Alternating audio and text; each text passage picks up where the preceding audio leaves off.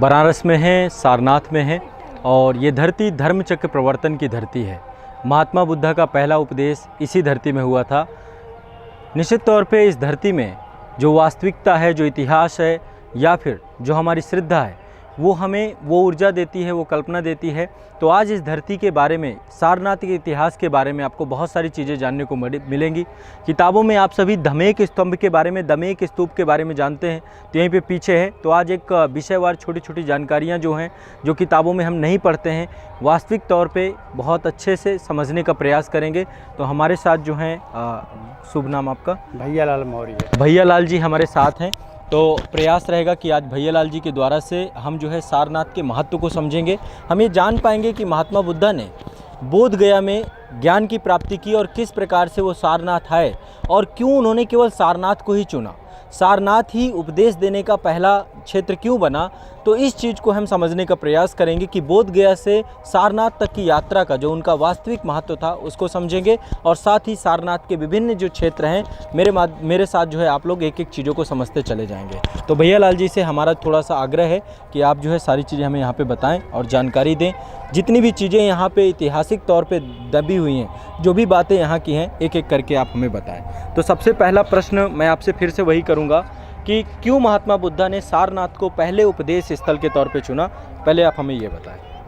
देखिए, भगवान बुद्ध जिस पेड़ के नीचे बैठ करके तपस्या कर रहे थे बुद्ध गया बिहार में, बोधि वृक्ष के नीचे, बोधि वृक्ष वज्रासन ज्ञान स्थली के नाम से जानते हैं। उसी पेड़ के नीचे सुजाता नाम की स्त्री आई और भगवान बुद्ध को खीर चढ़ाई थी। जी जी। तो भगवान बुद्ध ने सोचा कि श्रद्धा से लाया गया प्रसाद को यदि हम ग्रहण नहीं करते हैं तो हमें पाप लगेगा। जी। भगवान बुद्ध प्रेम व श्रद्धा बस उस प्रसाद को ग्रहण कर लिए। जी। इनके जो 5 शिष्य पास में बैठे हुए थे, ये लोग रूठ गए। जी। उनका कहना था कि ये शिष्यों का नाम क्या? अश्व जी, महानामा, कौंडन्य, बप्पा और भद्या, ये 5 लोग भगवान बुद्ध ने सारनाथ में पहला उपदेश दिए। तो ये 5 लोग रूठ गए। उनका कहना था कि एक तरफ तो ज्ञान प्राप्त करने की बात करते हैं और दूसरी तरफ अछूत स्त्री के हाथों से उन्होंने खीर खाया। जी। ये तो पाखंडी है। उस समय वर्ण व्यवस्था बड़े स्तर पे चल रही थी। जी हाँ, उस पैमाने पर। जी हाँ, तो इस चीज का एक फर्क पड़ता है। जी हाँ, तो यही कारण हुआ कि ये तो पाखंडी हैं, ढोंगी हैं। यही कह करके भगवान बुद्ध को छोड़ करके 5 लोग काशी में चले आए। जी।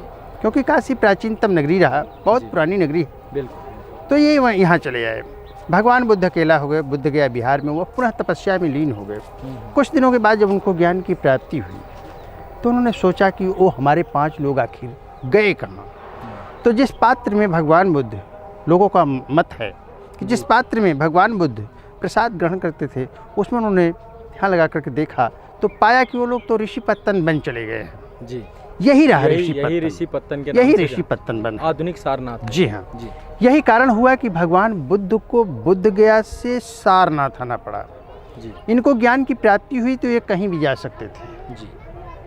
पर अब अपनी बात हम किससे कहें? जी। अपनी बात को कहने के लिए भगवान बुद्ध को बुद्ध गया से सारनाथ आना पड़ा। जी। जिसका मूल कारण उनके जो 5 शिष्य थे उनका यहाँ पर होना था। यही कारण हुआ कि उनको सारनाथ आना पड़ा। पर यहाँ जब आए, इनके 5 शिष्य भगवान बुद्ध को देखते ही बोले, आपस में विचार विमर्श करने लगे कि देखिए आ तो रहे हैं, ठीक है, पर हम लोग इनसे बातें नहीं करेंगे। जी। ना ही इनको चटाई बिछाएंगे, ना ही इनको पानी पूछेंगे। पर भगवान बुद्ध जो जो नज़दीक आए, ये लोग खुद ही उनके चरणों में जाकर के शरणागत हो गए। जी। और यही वो जगह है जहाँ पर भगवान बुद्ध ने अपना पहला उपदेश दिए थे अपने 5 शिष्यों के पास। और उसी समय से इस जगह का नाम जी सारनाथ पड़ा। सारनाथ का जो मूल मतलब क्या है? तत्व है। हाँ। इससे पहले इस जगह का नाम था ऋषि पत्तन। जी। ये तो जब भगवान बुद्ध ने पहला उपदेश दिया उस समय से पड़ा। जी। सार मीन्स स्पीच, जी। नाथ मीन्स गॉड। सारनाथ, या कह लीजिए कि सार माने तत्व होता है और नाथ माने भगवान, और जब दोनों को मिलाए तो सारनाथ, या कह लीजिए कि भगवान का उपदेश। तो यहीं से पूरे विश्व में बौद्ध धर्म का संदेश गया, जैसे आप जान ही रहे हैं कि पूरे दुनिया में गया। यही कारण होता है कि पूरे दुनिया का खिंचाव सारनाथ की तरफ होता है और वो लोग खींचे चले आते हैं सारनाथ कि आखिर भगवान बुद्ध ने जो पहला उपदेश दिए वो जगह कैसा है। और देखने के लिए यहाँ तक आते हैं। और उसी का नतीजा है जो कि अनागारिक धर्मपाल जी भी सारनाथ चले आए। कभी कभी लोग ये बात पूछ बैठते हैं हम्म, कि अनागारिक धर्मपाल जी यहाँ मंदिर क्यों बनवाए। जी यही जो सामने आपके दिखाई पड़ रहा है, जी। इस मंदिर का नाम कुछ क्या नाम है इसका? मेन मंदिर के नाम से जाना जाता है, मुख्य मंदिर के नाम मुख्य मंदिर के नाम से जाना जाता है। हम्म। और इसे अनागारिक धर्मपाल जी लगाए बनवाए हैं, जी जी जिनका प्रतिमा आपके पीछे देखिए लगा हुआ है। जी जी जी ये अनागारिक धर्मपाल जी हैं। जी इस मंदिर की विशेषता यह है कि इन्होंने 1931 में बनवाए। जी। इस मंदिर के अंदर जब जाएंगे आप हम्म, तो ये गोल्डन सा प्रतिमा दिखाई पड़ेगा भगवान बुद्ध का। जी ठीक उसके पीछे जी एक अंडरग्राउंड बना हुआ है, जी जिसमें एक सिल्वर बॉक्स रखा हुआ जी है। जी उसमें भगवान बुद्ध का अस्थि आज भी रखा हुआ है, जी बोन। जी पर यह वर्ष में एक ही बार निकलता है, जी। कार्तिक पूर्णिमा। पूर्णिमा का दिन बहुत धर्म में नवंबर बहुत में। जी हाँ। महत्वपूर्ण है। जी। उस दिन निकलता है। उस दिन हमारे देश के किसी विशिष्ट व्यक्ति को बुलाया जाता है अच्छा। और उस कलश को खोल करके बच्चे, बूढ़े, जवान सभी को दर्शन कराया जाता है। जी हम लोग भी दर्शन करते हैं, पर लास्ट में करते हैं, क्योंकि रीजन क्या होता है कि आए हुए अतिथि को किसी बिल्कुल। प्रकार का दिक्कत ना हो। बिल्कुल बिल्कुल। और वैसे भी हम लोग अपने तो काम जब में कभी व्यस्त हम रहते जो है आना चाहें तो बुद्ध पूर्णिमा को आएं बिल्कुल आइए और सर। बुद्ध पूर्णिमा को यहाँ पर हमें दर्शन हो सकता दर्शन है। हो जाए। जी हाँ। जी तो दर्शन कराने के बाद उसको हाथी पर रख करके यहाँ के आसपास के क्षेत्रों में घुमाया जाता है जी। और घुमाने के बाद इज्जत और सम्मान के साथ फिर उसको उसी जगह रख दिया जाता है। पर इस वक्त कोरोना काल की वजह से आपको दर्शन बाहर से ही करने को मिलेगा। जी जी तो आइए हम और आप भी चलते हैं, थोड़ा दर्शन करना चाहें तो जी जी, कर बिल्कुल। और लीजिए। इतिहास के बारे में कुछ यहाँ पे जैसे कि आप बता रहे थे हम्म। कि अशोक के टाइम पीरियड पे जो उनके पुत्र, और यहाँ पे मैंने बोधि वृक्ष के बारे में भी सुना है बिल्कुल है कि सर। एक बोधि वृक्ष आपका बोध गया में है और दूसरा सारनाथ में लगाया हाँ, गया। तो सर अभी ये जानना चाहते हैं तो यहाँ से कुछ ही पग की दूरी पर देखिए वो सामने बना हुआ है। अच्छा, कहाँ पे है बोधि वृक्ष? देखिए वो 5 शीश बनाए गए हैं। अच्छा अच्छा। यहाँ से आइए वहीं पे हम हाँ, लोग धीरे धीरे हाँ, चलते हाँ। रहेंगे। चलिए आइए। तो बोधि वृक्ष है यहाँ पर। जी हाँ। जी। शिष्यों को भी यहाँ पर दिखाया गया है। जी हाँ, वो 5 शिष्यों का मॉडल बनाया गया है, अच्छा। जिनको कि भगवान बुद्ध ने सारनाथ में पहला उपदेश दिए हैं और खुद उपदेश देते हुए दिखाया गया है। जैसा कि हमने नाम बताया ना कि आशी जी, महानामा, कौंडन्य, बप्पा और भद्या, ये 5 लोगों का मॉडल बनाया गया है।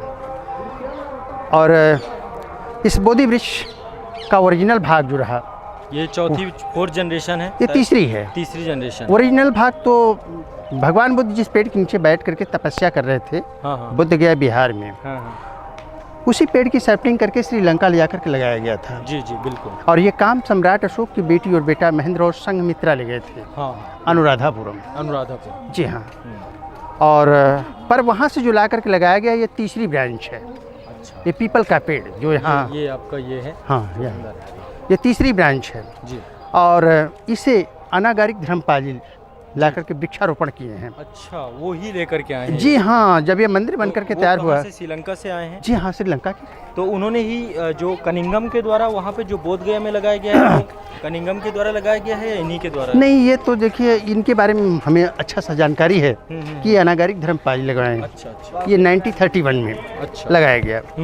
और इसी पेड़ के नीचे वो 5 शिष्यों का मॉडल भी बनाया गया, जी। जिनको कि भगवान बुद्ध ने सारनाथ में पहला उपदेश दिए और देखिए खुद उपदेश देते हुए दिखाया गया है, जिनका नाम था जी, महानामा, कौंडन्य, बप्पा और भद्या।